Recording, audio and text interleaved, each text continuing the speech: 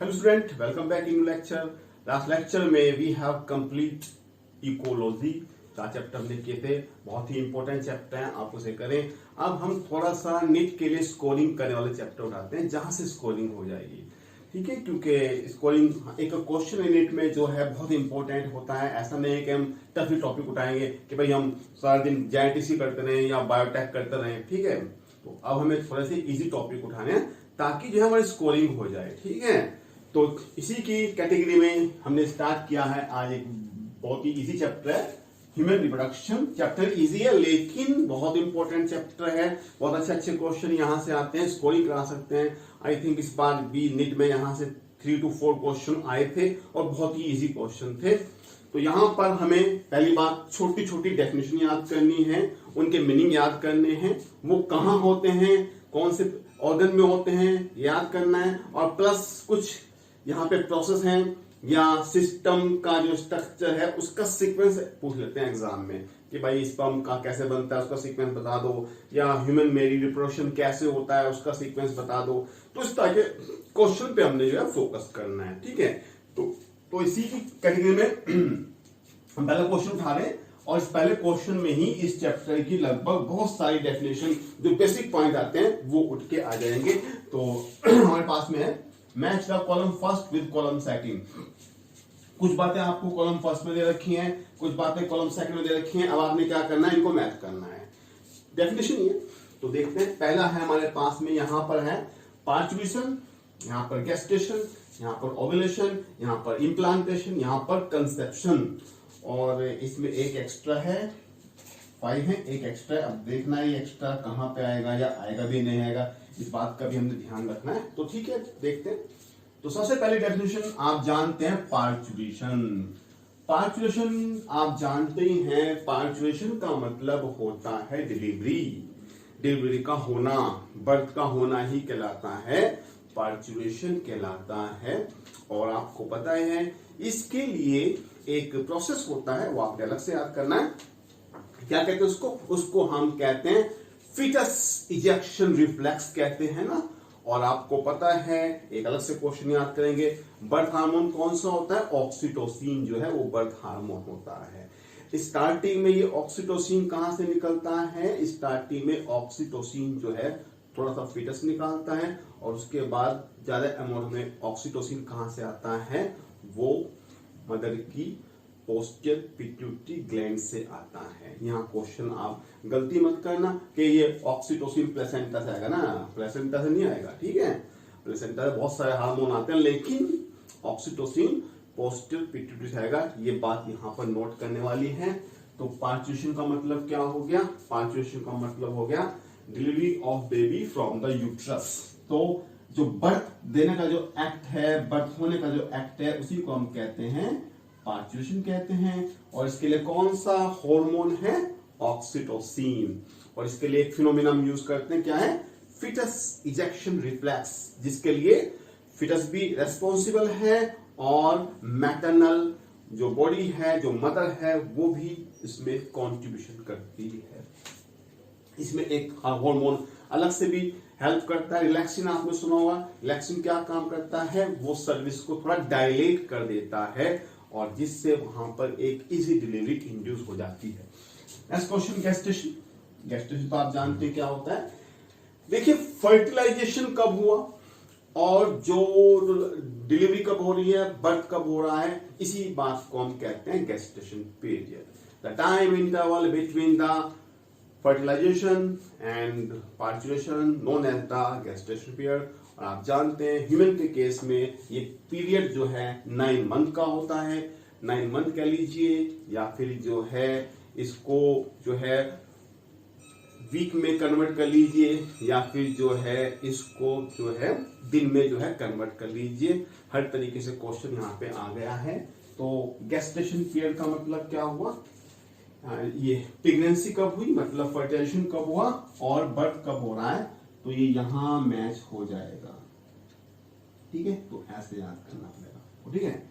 Ovulation तो आप जानते हैं, ओव्यूलेशन क्या होता है, जब ग्राफिन फॉलिकल से एग निकलता है, इस बात को हम कहते हैं ओवुलेशन कहते हैं। यहाँ आपने अलग से एक क्वेश्चन याद करना है कि ओवुलेशन के टाइम पर जो है पहले एफएसएच का लेवल बढ़ता है और उसके बाद एलएच का लेवल काफी ज्यादा हाई हो जाता है। इस बात को हम कहते हैं एलएच सर्ज कहते हैं। क्या कहते हैं इस बात को? हम एलएच सर्ज कहते हैं। और ओवुलेशन का मतलब क्या है? Release of egg from the graphene follicle. ये यहां पर आ गया है, तो ये इससे मैच हो गया है। एक क्वेश्चन हम यहाँ, दो क्वेश्चन और याद करेंगे हम, हालांकि आपके याद ही होंगे कि आफ्टर द ओवुलेशन जो एम्प्टी ग्राफिन फॉलिकल है, बताइए उसका क्या बन जाता है? उसका बन जाता है कार्पस लूटियम बन जाता है। और कार्पस लूटियम बताइए कौन से हार्मोन को सिक्रीट करती है? कार्पस लूटियम फिर बाद में जो है प्रोजेस्टेरोन हार्मोन को सिक्रीट कर देती है। और प्रोजेस्टेरोन हार्मोन को हम कहते हैं प्रेगनेंसी हार्मोन कहते हैं, क्योंकि ये फीमेल की बॉडी को प्रेगनेंसी के लिए तैयार करता है।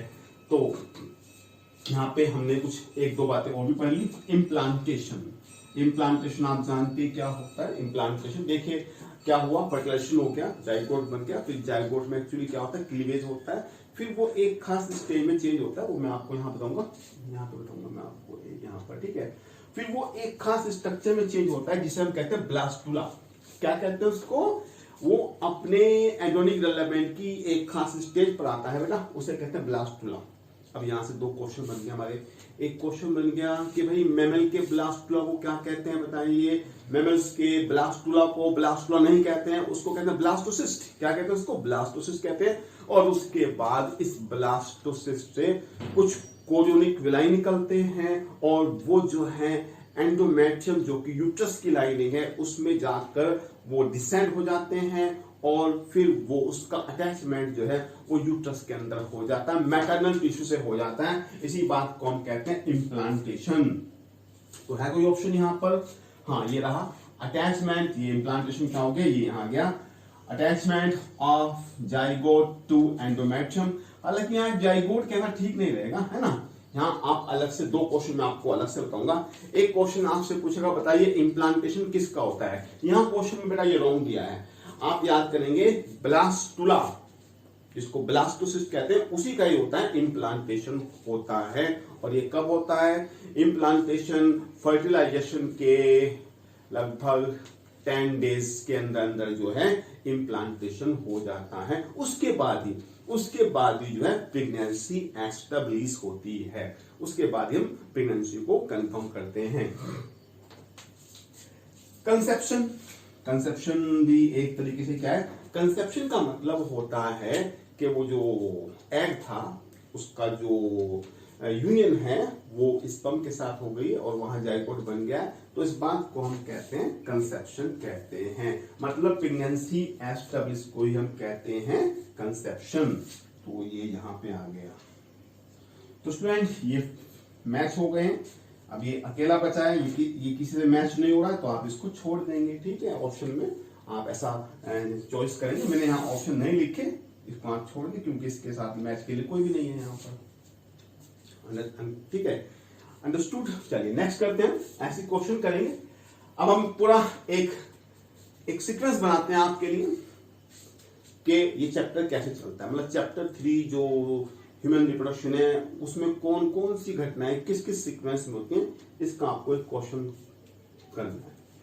ये the gut sequence in the process of development of embryo, ठीक है। एम्ब्रियो का जो डेवलपमेंट है वो कैसे कैसे चलता है, ठीक है। पूरा सीक्वेंस है, चैप्टर सी के आसपास घूमता है। देखिए मैं आपको इससे भी थोड़ा सा पहले मैं आपको बता रहा हूं। देखिए सबसे पहले होता है गैमेटोजेनेसिस, इसका मतलब है गैमेट बनेंगे। उसके बाद होगा गैमेट ट्रांसफर, मतलब गैमेट का ट्रांसफर होगा। तो गैमेट के ट्रांसफर को, स्पेशली यहाँ पर स्पर्म की बात हो रही है, गैमेट के ट्रांसफर को हम कहते हैं इंसेमिनेशन कहते हैं। क्या कहते हैं? इंसेमिनेशन कहते हैं। उसके बाद ये जब इंसेमिनेशन हो गया है, अब स्पर्म जो है किसी ना किसी तरीके से एग के साथ जाकर फ्यूज हो जाएगा, उसे कहेंगे फर्टिलाइजेशन। और उस जाइगोट में एक सेल होती है। अब इस जाइगोट का होगा एक बहुत ज्यादा रैपिड माइटोटिक डिवीजन की एक सीरीज चलेगी, उसको हम कहते हैं क्लीवेज कहते हैं। इसमें पहले बनेगा ये मोरुला बनेगा, उसके बाद ये ब्लास्टुला बनेगा, और ब्लास्टुला तक ही क्लीवेज को मानते हैं। उसके बाद ये जो है एक दूसरे स्ट्रक्चर में चेंज हो जाएगा, उसे हम कहते हैं गैस्ट्रुला। गैस्ट्रुला तक आते आते एम्ब्रियो जो है उसमें 3 लेयर बन जाएंगी, एक्टोडर्म, मेसोडर्म, एंडोडर्म, और इन 3 जर्म लेयर से उस फीटस के सारे एक्सटर्नल इंटरनल स्ट्रक्चर और सिस्टम बन जाएंगे। उसके बाद ही हम उसको क्या कहेंगे, फीटस कहेंगे। तो स्टूडेंट इस बात को ध्यान में रखते बताइए कौन सा मैच हो रहा है यहाँ पर। देखिए कौन सा मैच हो रहा है। क्लीवेज तो होने का नहीं, जाहिर सी बात है, फर्टिलाइजेशन पहले होगा तो ये तो होगा नहीं। इंसेमिनेशन, जाइगोट, क्लीवेज, लेकिन गैस्ट्रुला सबसे बाद में मैंने बताया तो आपको ये भी नहीं होगा। जाइगोट पहले कहाँ बन जाएगा, पहले तो जो है फर्टिलाइजेशन होगा, ये भी नहीं होगा, ठीक है, ये भी नहीं होगा, ठीक है। तो कौन सा आंसर है आपका, ये सबसे पहले होगा इंसेमिनेशन। इंसेमिनेशन का मतलब क्या है, deposition of sperm in the female genital tract known as the insemination. और इसके लिए जो है एक सेक्सुअल एक्ट जो है होता है उसे हम कहते हैं कॉपुलेशन, या उसे हम कहते हैं कोहैबिटेशन कहते हैं। उसके बाद ये जाइगोट बनेगा। उसके बाद जाइगोट क्या काम करेगा, जाइगोट क्लीवेज करेगा। क्लीवेज क्या है, एक टाइप का माइटोटिक डिवीजन है। उसके बाद ये मोरुला बनेगा। मोरुला में हम मानते हैं 8 to लेकर 16 नंबर ऑफ सेल। उसके बाद ये ब्लास्टुला बन जाएगा। मैं एक बार फिर से रिपीट कर रहा हूं आपके लिए, मैमल के केस में ब्लास्टुला को ब्लास्टोसिस्ट कहते हैं, और इस ब्लास्टुला में ब्लास्टोसिस्ट में एक कैविटी बन जाती है जिसका नाम होता है ब्लास्टोसील। क्या कहते हैं उसको, ब्लास्टोसील कहते हैं। और लास्ट में ये बन जाएगा गैस्ट्रुला। तो ये हमारा ये आंसर आ गया है। तो ज्यादातर इसी तरह के क्वेश्चन हमने करने पड़ेंगे यहाँ पर। नेक्स्ट हम करने वाले हैं what is the pair sequence of the sperm formation. ठीक है, स्पर्म फॉर्मेशन का आपको ठीक ठीक जो है वो सीक्वेंस बताना है, और यहाँ आपने ये भी बताना है कौन 2x का है और कौन जो है x का है, आपने ये भी बताना है। तो इसके मैंने ऑप्शन भी दिए, इसको मैं आपको डायरेक्टली समझा रहा हूँ यहाँ, आप भी इसको ऐसे करें। जो ना सबसे पहले होता है यहाँ पर, सबसे पहले होता है स्पर्मेटोगोनिया होता है, ठीक है, ये 2x का होगा, ठीक है। उसके बाद ये बन जाएगा, ये अपनी ग्रोथ फेज में जाएगा, ठीक है, ग्रोथ फेज में जाएगा तो फिर इसका साइज बढ़ जाएगा। इसे क्या कहेंगे हम, प्राइमरी स्पर्मेटोसाइट कहेंगे इसको। क्या कहेंगे बेटा इसको, प्राइमरी स्पर्मेटोसाइट कहेंगे। ये भी 2x का होगा। उसके बाद ये क्या काम करेगा, फर्स्ट म्योटिक डिवीजन करेगा, ठीक है, फर्स्ट म्योटिक डिवीजन करेगा। तो फिर ये क्या बन जाएगा, ये बन जाएगा यहाँ पर 2 बन जाएंगे सेकेंडरी स्पर्मेटोसाइट बन जाएंगे। यहाँ पर क्या बन जाएंगे, सेकेंडरी स्पर्मेटोसाइट बन जाएंगे। अब ये x का हो गया, ठीक है, आपने याद करना, ये हैप्लॉइड हो गया। These are diploid and this is जो है हैप्लॉइड है। उसके बाद यहाँ पर ये जो है दूसरे स्ट्रक्चर में चेंज हो जाएगा। इसको हम क्या कहने वाले हैं, ठीक है, इसको हम कहने वाले हैं स्पर्मेटिड, ठीक है, इसे हम कहने वाले हैं स्पर्मेटिड कहने वाले हैं। और इसके बाद इसमें बहुत सारे चेंज होंगे, और उसके बाद ये बन जाएगा स्पर्म कह लीजिए, ये पूरा नाम होता है स्पर्मेटोजोआ। तो ये ऐसा बन जाएगा, ठीक है। तो ये भी x का है और ये भी x का है, आपने यहाँ पर याद करना पड़ेगा, ठीक है। तो क्या सीक्वेंस है, spermatogonia, primary spermatocyte, secondary spermatocyte, spermatid और स्पर्मेटोजोआ। अब यहाँ एक क्वेश्चन याद करना है आपने, ठीक है। यहाँ पर क्या होगा बेटा, यहाँ पर होगा म्योटिक फर्स्ट होगा, और यहाँ पर क्या होगा, म्योटिक सेकंड होगा। अब आपने यहाँ पे एक क्वेश्चन याद करना है, आपसे एग्जाम में क्वेश्चन पूछेगा यहाँ पर, एक प्राइमरी स्पर्मेटोसाइट से बताइए कितने स्पर्म बनेंगे, 4। जो बात हमने आपको प्लांट के बारे में बताई थी वो सेम बात यहाँ भी होगी। मेल के केस में एक सेल से हमेशा 4 ही बनते हैं। तो यहाँ पे हम कहेंगे तो अगर हमने कहा कि भाई हमें 100 स्पर्म बनाने हैं, तो बताइए कितने प्राइमरी स्पर्मेटोसाइट सेल चाहिए? तो 25 चाहिए, सिंपल सी बात। हाँ, लेकिन उससे पूछ सकता है कि बताओ सेकेंडरी स्पर्मेटोसाइट से कितने स्पर्म बनेंगे? तो बेटा इससे तो बनेंगे 4, और इससे बनेंगे यहाँ पर 2 बनेंगे, ठीक है। सेकेंडरी से याद करो, सेकेंडरी 2 होता है, तो सेकेंडरी से कितने बनेंगे? सेकेंडरी से बनेंगे 2 बनेंगे यहाँ पर, ठीक है। तो इस बात को हम कहते हैं स्पर्मेटोजेनेसिस कहते हैं। और यहाँ एक क्वेश्चन और याद करना आपने, ये जो स्पर्मेटिड है ना, स्पर्मेटिड में बहुत सारे चेंज होते हैं जिससे स्पर्म बनता है। इन चेंज को हम कहते हैं स्पर्मियोजेनेसिस। क्या कहेंगे इसको? स्पर्मियोजेनेसिस कहेंगे, ठीक है। ये तो ठीक है। तो स्पर्मेटिड में बहुत सारे चेंज होंगे, उन चेंज को कहते हैं स्पर्मियोजेनेसिस कहते हैं इसको, ठीक है।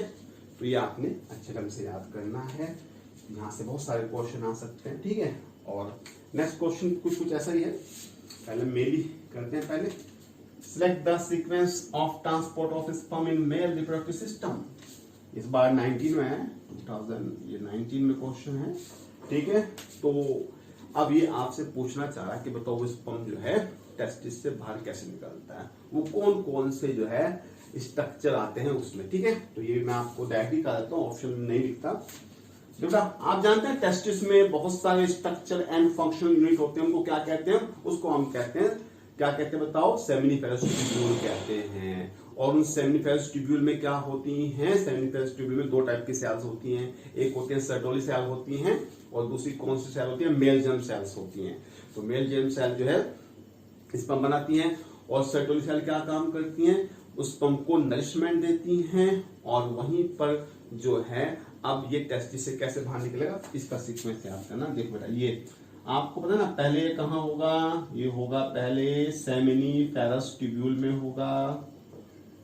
कहाँ होगा? सेमिनिफेरस ट्यूब्यूल में होगा, ठीक है। उसके बाद क्या होने वाला है? यहाँ से उसके बाद जो है ये कहाँ आएगा बताइए? उसके बाद ये आ जाएगा यहाँ पर टेस्टिस, एक जाल सा होता है, यहाँ पर आ जाएगा। उसके बाद ये कहाँ जाएगा बताइए? ठीक है। उसके बाद ये छोटी छोटी डक्ट होंगी, कहाँ जाएगा? ये जाएगा वास डिफरेंशिया में, ठीक है। वास डिफरेंशिया कहाँ आएगा? ये एक सिंगल डक्ट होगी, एपिडिडाइमिस होगी। इसके 3 पार्ट आप जानते हैं, कौन कौन से पार्ट होते हैं? एक होता है कैपेट, एक होता है कार्पस, एक होता है कोडा, ठीक है, कोडा। तो ये वास डिफरेंशिया, एपिडाइमिस, ठीक है। और उसके बाद ये कहाँ गई बेटा? ये गई यहाँ पर वास डिफरेंशिया। वास डिफरेंशिया आप जानते हैं, वास डिफरेंशिया अब जो है स्कोटम को छोड़ देगी, टेस्टिस से बाहर निकल जाएगी, और ये एब्डोमेन कैविटी के अंदर एंटर करेगी, और वहां फिर ये कहाँ बन जाएगी? ये जाएगी कहाँ? ये जाएगी इजैकुलेटरी डक्ट में जाएगी, ठीक है। और इजैकुलेटर कहाँ खुल जाएगी बेटा? ये खुल जाएगी यूथ्रा में खुल जाएगी। आपको पता भी होगा मेल के अंदर यूथ्रा जो है यूरिन का भी पैसेज होता है और स्पर्म का भी पैसेज होता है। और यूथ्रा के बाद ये कहाँ चला जाएगा? ये चला जाएगा यूरिथ्रल मीटस। ये एक ओपनिंग है, ठीक है। ये क्या है? एक ओपनिंग है जिससे ये बॉडी के बाहर खुल जाता है। तो स्टूडेंट ये आपने याद करना है। अभी हम इसको थोड़ा रब करते हैं, ठीक है। अब इसको थोड़ा जो है हम यहाँ पर इसको रब करते हैं, ठीक है।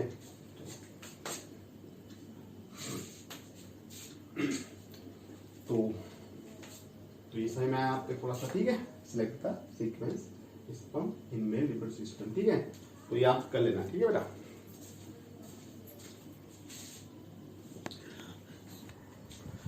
तो स्टूडेंट एक क्वेश्चन आपको स्पर्म के बारे में दिया गया है।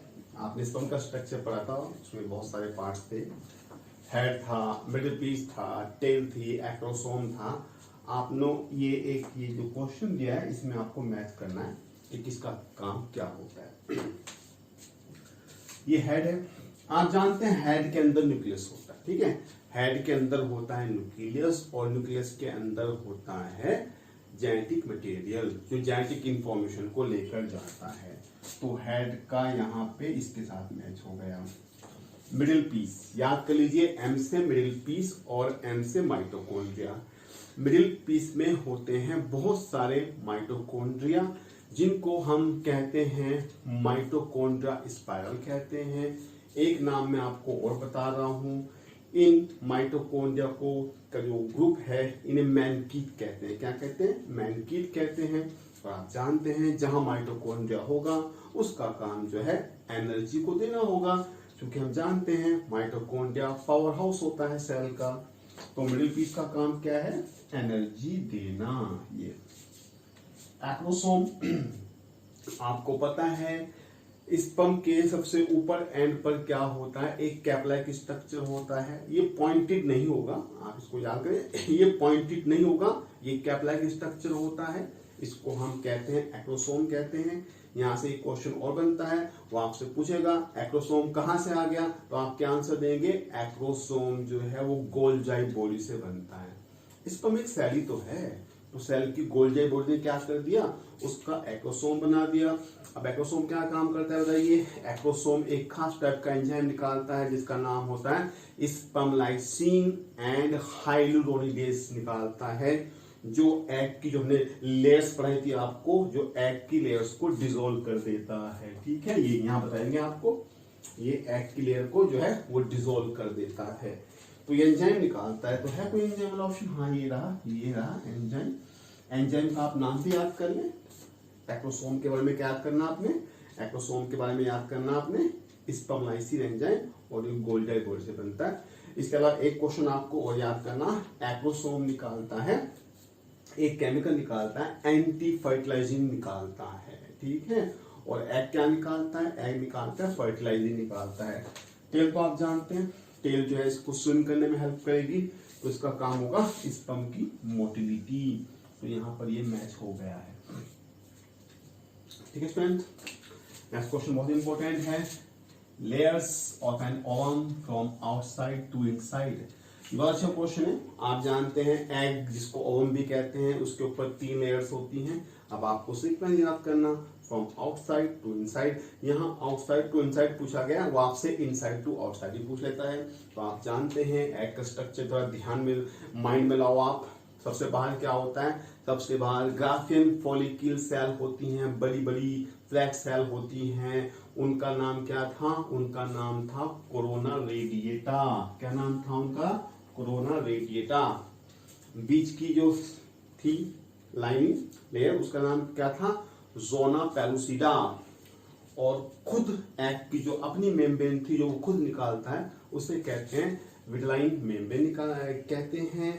और यहाँ पर आपने क्वेश्चन और याद करना है, विटलाइन मेम्ब्रेन और जोना पेलुसिडा के बीच में एक स्पेस होता है, उसे हम कहते हैं पेरी वाइटलाइन स्पेस कहते हैं।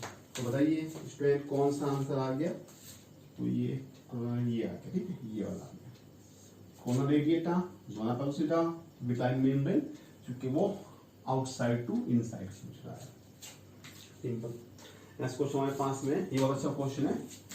The second maturation division of the mammalian ovum occurs shortly after ovulation, before the ovum makes entry into the fallopian tube, until after the ovum has been penetrated by sperm, until the nucleus of sperm has fused with that of ovum in the Graafian follicle during first maturation division। बताइए क्या होगा?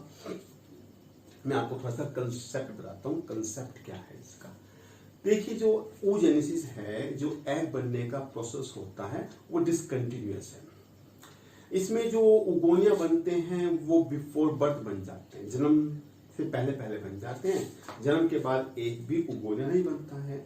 उसके बाद वो थोड़े inactive रहते हैं। जब कोई फीमेल 13 ईयर्स में एंटर करती है, जब उसमें प्यूबर्टी आती है, तब यहाँ इन क्या काम होगा? ग्राफियन फॉलिकल में जो है अब ओवम का बनना स्टार्ट हो जाएगा। अब ओवम का जो बनना है, लेकिन वो सेकंड oocyte स्टेज पर आके रुक जाएगा। ठीक है, कहाँ रुक जाएगा? वो सेकेंडरी oocyte स्टेज पर आके रुक जाएगा। अब यहाँ से एक क्वेश्चन और हमारा बन गया, वो पूछेगा बताइए जब ओवरी से एग रिलीज होता है बताइए वो कौन सी स्टेज पे होता है। तो क्या जहां आंसर देंगे आप, वो अपनी सेकेंडरी oocyte स्टेज पर होगा और ऐसा ही वो जो है वो मेंसिस फ्लो के थ्रू बॉडी से बाहर निकल जाएगा। ठीक है, मतलब उसका डेवलपमेंट आगे नहीं होगा। ठीक है, उसका डेवलपमेंट तभी आगे होगा जब तक उसमें कोई स्पर्म एंट्री नहीं करेगा। जैसे ही उस ओवम के अंदर जो कि अपने सेकेंडरी oocyte स्टेज पर है फिलहाल, एक स्पर्म की एंट्री होती है, उसके बाद वहां सेकेंड म्यूटिक डिवीजन कंप्लीट होता है। एक क्वेश्चन अलग से आता है कि बताइए वो सेकेंडरी पोलर बॉडी कब निकलेगी एग से, तो आपका आंसर क्या देंगे कि भाई जब स्पर्म की एंट्री हो जाएगी तब निकलेगी। तो जब तक स्पर्म की एंट्री नहीं होने की तब तक सेकेंड मैच्योरेशन डिवीजन यहां पर नहीं होगा। स्पर्म जो है फ्यूज करेगा, ओवम के साथ ही फ्यूज करेगा, वो सेकेंडरी oocyte के साथ फ्यूज नहीं करेगा। पहले जैसे स्पर्म की एंट्री हो गई तो जैसे स्पर्म की एंट्री हो गई जो सेकेंडरी oocyte है वो क्या बनेगा, वो ऊटिक बनेगा, उसके बाद वो ओवम बनेगा, तब जाके उसमें फर्टिलाइजेशन होगा। तो कोई ऐसा ऑप्शन है यहाँ पर? हाँ ये है, ये आ गया। कब तक? अंटिल, जब तक के ओवम के अंदर कोई स्पर्म ना चला जाए। लेकिन ये भी याद करना बिफोर फर्टिलाइजेशन ये हो चुका होगा। नेक्स्ट क्वेश्चन है मैच द कॉलम। ये बड़ा अच्छा क्वेश्चन बन गया हमारा। Fertilization, cleavage, morula, blastocyst, partition, isthmus of oviduct, later part of the oviduct, cervix, ampulla of oviduct, uterine wall। मतलब इस क्वेश्चन का मतलब ये है आपको उसने कुछ जो है ये इंसिडेंट दिए हैं और ये पूछ रहा है ये कहाँ हो रही है, उसकी साइड बतानी है आपको कि भाई बताइए कहाँ हो रहा है। आप जानते हो ना ओविडक्ट के जो हैं वो 3-4 पार्ट होते हैं। जो पार्ट बिल्कुल जो ओवरी के पास होता है उसे हम क्या कहते हैं, इन्फंडिबुलम कहते हैं, और इसका जो फिंगर लाइक पोर्शन है उसे फिमरी कहते हैं। एक पार्ट ऐसे करवाता है उसे हम एम्पुला कहते हैं, और एक पार्ट इसका लेटरल साइड में होता है उसे हम क्या कहते हैं, इस्टमस कहते हैं। ठीक है, तो अब आपको ये पूछना चाह रहा कि बताओ कौन सी चीज कहाँ होगी। फर्टिलाइजेशन, देखो आपके एनसीईआरटी कहती है फर्टिलाइजेशन कहाँ होता है, ये होता है एम्पुला ऑफ ओविडक्ट। यहाँ फैलोपियन ट्यूब को ओविडक्ट क्या है, आप कंफ्यूज मत होना। तो ये फर्टिलाइजेशन कहाँ हो गया, एम्पुला ऑफ ओविडक्ट में हो गया। वैसे आपके एनसीईआरटी में इसको कहते हैं एम्पुला इस्मस जंक्शन पर होगा, वो भी ठीक है और ये भी ठीक है। नेक्स्ट हमारे पास में क्लीवेज, बताइए कहाँ होगा। क्लीवेज आपको पता है जहां पर फर्टिलाइजेशन हुआ था उसके बस थोड़ा सा पीछे जो है, थोड़ा सा पीछे आकर जो है वहां क्लीवेज स्टार्ट हो जाता है। एक क्वेश्चन अलग से आता है क्लीवेज कहां स्टार्ट होगा, तो आप आंसर याद करना भाई। क्लीवेज तो फैलोपियन ट्यूब में स्टार्ट हो जाता है। क्लीवेज कहां स्टार्ट होता है, क्लीवेज फैलोपियन ट्यूब में स्टार्ट हो जाता है जस्ट आफ्टर द फर्टिलाइजेशन। तो यानी कि ये कहीं ना कहीं एम्पुला के आसपास ही होगा। तो है कोई ऑप्शन, ठीक है। और आपको ये भी पता होना चाहिए कि जैसे ही फर्टिलाइजेशन हो गया अब जाइगोट या एम्ब्रियो जल्दी जल्दी कहाँ आना चाहता है, वो यूट्रस के अंदर आना चाहता है। तो इसका मतलब एम्पुला के पीछे क्या होगा, एम्पुला के पीछे यहां पर होगा ये इस्टमस ऑफ ओविडक्ट। तो क्लीवेज यहां पर होगा, isthmus part of oviduct. Oviduct को फैलोपियन ट्यूब भी कह सकते हैं।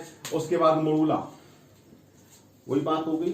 अब क्या हो रहा है, अब इस जाइगोट में लगातार क्लीवेज हो रहा है और वो कंटिन्यूअस जो है वो यूट्रस की तरफ को आ रहा है। तो अभी थोड़ा और पीछे पहुंच गया। मोडुला आप जानते हैं पहली स्टेज है, तो ये कहां पहुंच जाएगा, ये थोड़ा और पीछे आ गया ना, ये कहां आ गया, लेटर पार्ट ऑफ ओविडक्ट में आ गया। कोई बात नहीं, ठीक है। और ऐसे होते होते ये बन गया ब्लास्टोसिस्ट बन गया। और आपको पता है ब्लास्टोसिस्ट ने कहां आके अटैच होना है, वो तो उसने तो भाई यूट्रस वाल में आके एंडोमेट्रियम में उसको आके अटैच होना है। तो ये यहां अटैच हो जाएगा, ठीक है। यहां इस बात को हम इम्प्लांटेशन नाम दिया था। और पार्टिशन कहां से होगा बताइए, बर्थ कैनाल किसे कहते हैं, वेजाइना और सर्विक्स जो हैं वो बर्थ कैनाल बनते हैं। तो यहाँ वेजाइना तो है नहीं, तो यहाँ सर्विक्स लगा देंगे, कोई बात नहीं, ये आ गया आंसर, ठीक है। बस लास्ट क्वेश्चन, क्वेश्चन बहुत इंपॉर्टेंट है, कंफ्यूजन वाला क्वेश्चन है, बच्चे इसको गलत करते हैं। देखिए ब्लास्टोपोर, ब्लास्टोपोर क्या है, कहां है। तो जैसे बच्चा ये पढ़ता है ब्लास्टोपोर का है, वो एकदम आंसर लगाता है ब्लास्टुला, नहीं ये ब्लास्टुला नहीं होगा, ठीक है। ये बहुत ही अच्छा क्वेश्चन है और बच्चे इसमें बहुत सारी गलती करते हैं जल्दबाजी में। अब बहुत ध्यान से सुनना। देखिए मोडुला के बाद बनता है ब्लास्टोसिस्ट, ब्लास्टोसिस्ट में एक कैविटी होती है, उसका नाम है ब्लास्टोसील। उसके बाद ये जब ब्लास्टोसिस्ट गैस्ट्रुला में चेंज होता है ना, तो ये जो ब्लास्टोसील जो कैविटी है वो एक दूसरी कैविटी में चेंज हो जाती है, जिसका नाम होता है आर्केंट्रोन। क्या नाम होता है उसका? आर्केंट्रोन। यहाँ आर्केंट्रोन तो नहीं है बेटा, उसका नाम हो जाएगा गैस्ट्रोसील। क्या हो जाएगा? गैस्ट्रोसील। ब्लास्टोसील कैविटी, ब्लास्टोसिस्ट की जो कैविटी है वो आर्केंट्रोन में चेंज हो जाएगी। यहाँ इसका नाम दे रखा है गैस्ट्रोसील। और उसी आर्केंट्रोन से फीटस की एलिमेंट्री कैनाल बनेगी बाद में। अब इसकी एक ओपनिंग होगी, ठीक है। इसी आर्केंट्रोन की एक ओपनिंग होती है, उसी को हम कहते हैं ब्लास्टोपोर। तो blastopore is not opening of the blastula, actually it is the opening of the gastrocoel, जिसका दूसरा नाम आर्केंट्रोन होता है, जो फ्यूचर एलिमेंट्री कैनाल होती है। तो यहां आपने याद करना है। तो ठीक है स्टूडेंट्स, आज इतना ही करते हैं। इसके लिए हमें एक और लेक्चर तैयार करना पड़ेगा इसी टॉपिक पे, क्योंकि टॉपिक मुझे लग रहा है बड़ा है। ठीक है, मिलते हैं आपसे एक नई वीडियो में एक नए लेक्चर के साथ। Good bye.